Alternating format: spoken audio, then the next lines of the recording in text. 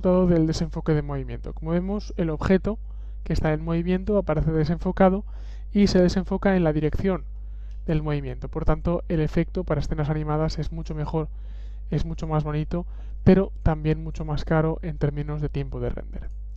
Para continuar, vamos a desactivarlo. Y vamos a hablar a continuación de los tamaños de representación. Blender puede representar cualquier tamaño de representación que nosotros necesitemos. Para cambiar el tamaño de representación tendremos que cambiar aquí abajo el tamaño en X y el tamaño en Y. Por defecto, ahora mismo esta escena está puesta en 800-600, pero podemos poner el tamaño que nos interese. Por ejemplo, podría hacer un render de 800 por 200. Aquí abajo veo la representación de cómo saldrá el render. Vamos a poner un passepartout. Así. Así es como se vería el render. Esto es lo que saldría en el render y compruebo que si renderizo, pues efectivamente esto es lo que sale. Podemos hacer renders en horizontal y, ¿por qué no? También podemos hacer renders en vertical sin ningún problema. Podría hacer un render de 400 por 700. El programa sin ningún problema me lo va a representar.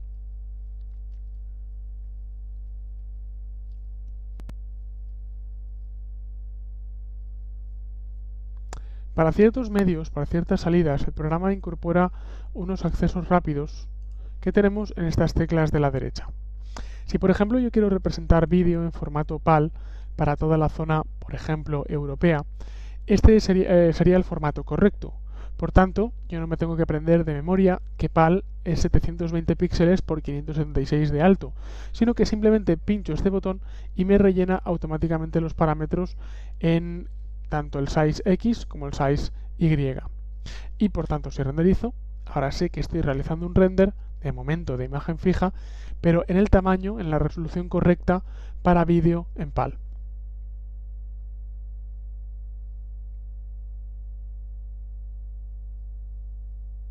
Si en lugar de representar un vídeo para la zona europea, quisiera representar un vídeo para pues la mayoría, por ejemplo, de países del continente americano, tendría que representar en formato NTSC. En este caso es igual 720 por 480 píxeles.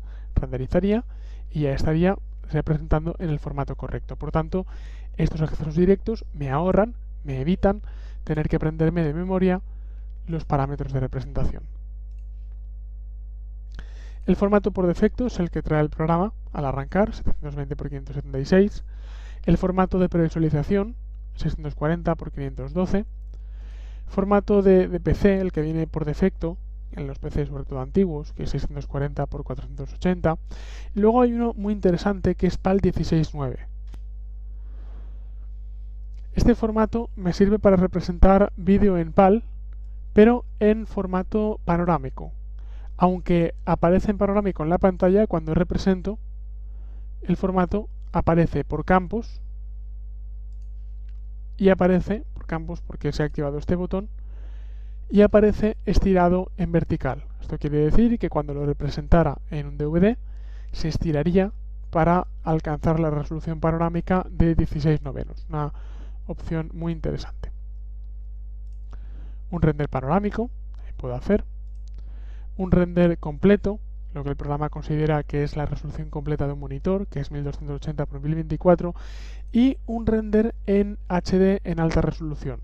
Cuando hablamos HD, estamos hablando del formato de alta definición de vídeo, por ejemplo, el formato que tendríamos en el disco Blu-ray, tanto en resolución 1920-1080, digamos HDTV 1080, o 1280 por 720. Debemos tener cuidado con estos formatos porque son formatos muy grandes.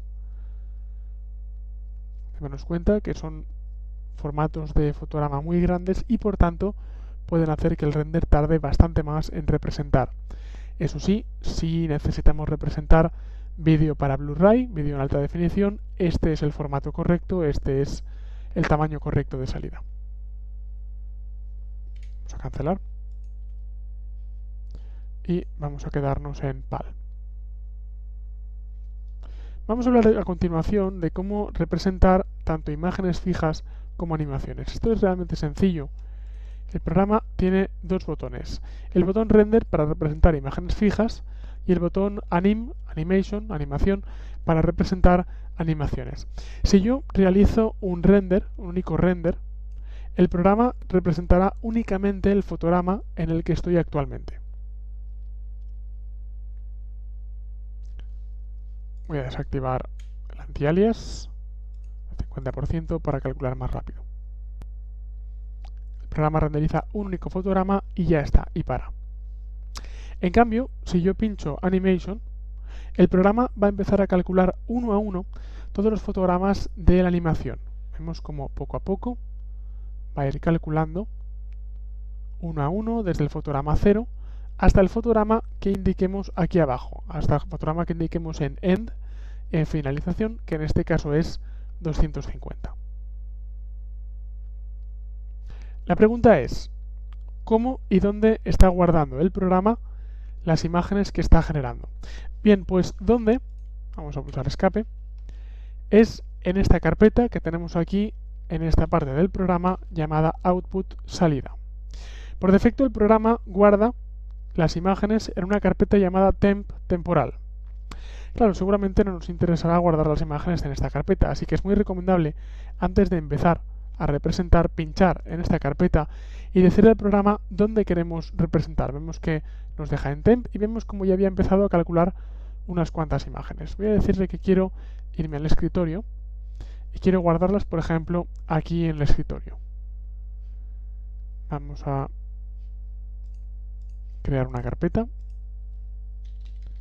Render, volvemos a Blender y seleccionamos en el escritorio la carpeta Render. Esto en cuanto al cómo, en cuanto al dónde, pero el cómo viene definido aquí abajo en formato de imagen. Justo abajo de la resolución tenemos los formatos, que son muchos, que podemos sacar en Blender. Por defecto viene configurado para representar imágenes